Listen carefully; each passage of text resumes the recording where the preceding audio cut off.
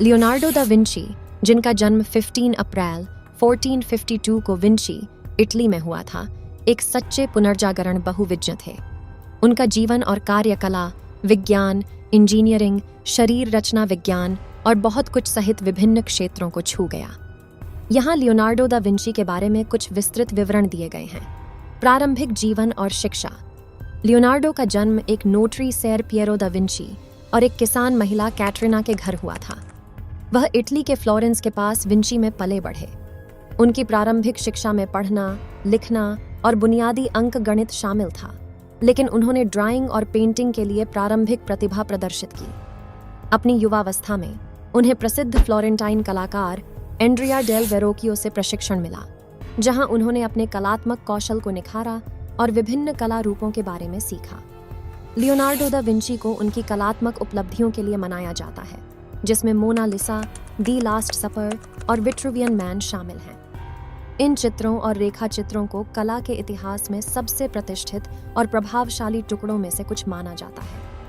वह स्फुमाटो जैसी तकनीकों के उपयोग में अग्रणी थे, जो रंगों और टोन के बीच एक नरम संक्रमण बनाता है, और कायरोस्कोरो, जो प्रकाश और छाया के बीच अंतर पर जोर देता है। 1503 और 1506 के बीच चित्रित मोना लिसा शायद उनका सबसे प्रसिद्ध काम है। यह लिसा घेरार्दिनी की रहस्यमय मुस्कान और नवीन कलात्मक तकनीकों के उपयोग के लिए प्रसिद्ध है। लियोनार्डो की रुचि कला से परे थी। उन्होंने शरीर रचना विज्ञान, इंजीनियरिंग और प्रकाशिकी सहित विभिन्न वैज्ञानिक क्षेत्रों में महत्वपूर्ण योगदान दिया। विट्रुवियन मैन सहित मानव शरीर के उनके विस्तृत शारीरिक अध्ययन ने मानव शरीर रचना विज्ञान में महत्वपूर्ण अंतर्दृष्टि प्रदान की है। लियोनार्डो ने युद्ध और उद्योग के लिए मशीनों सहित कई आविष्कारों को डिजाइन किया। उनकी नोटबुकें उड़ने वाली मशीनों, बख्तरबंद वाहनों और पुलों जैसे उपकरणों के रेखा चित्रों और अवधारणाओं से भरी हुई हैं।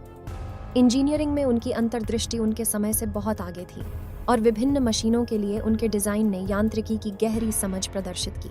लियोनार्डो दा विंची की विरासत अतुलनीय है। उनकी कला, वैज्ञानिक योगदान और आविष्कार कलाकारों, वैज्ञानिकों और विचारकों की पीढ़ियों को प्रभावित और प्रेरित करते रहेंगे।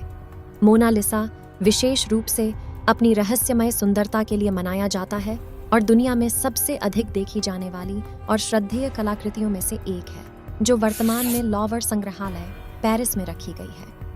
लियोनार्डो दा विंची द्वारा चित्रित मोना लिसा इतिहास की सबसे प्रसिद्ध और रहस्यमय कला कृतियों में से एक है।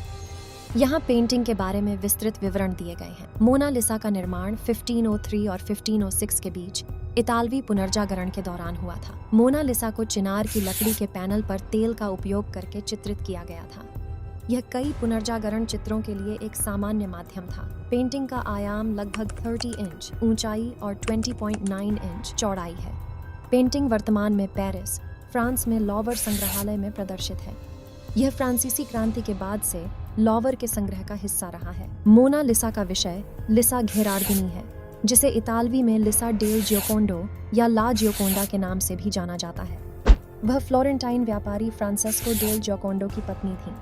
लियोनार्डो दा विंची के लिसा के चित्रण ने उन्हें कला इतिहास में सबसे प्रसिद्ध और रहस्यमय चेहरों में से एक बना दिया है। मोना लिसा की सबसे विशिष्ट विशेषताओं में से एक लियोनार्डो द्वारा स्फुमाटो का उपयोग है।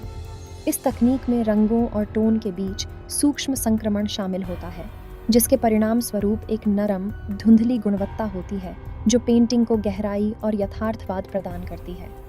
मोना लिसा के चेहरे और पृष्ठभूमि में स्फुमाटो का उपयोग एक सहज, लगभग स्वप्न जैसा प्रभाव पैदा करता है। लियोनार्डो की कायरोस्कोरो में महारत, प्रकाश और छाया के बीच का अंतर लिसा के चेहरे में त्रिआयामी प्रभाव और गहराई में योगदान देता है। विषय की रहस्यमय मुस्कान पेंटिंग के सबसे प्रसिद्ध पहलुओं में से एक है।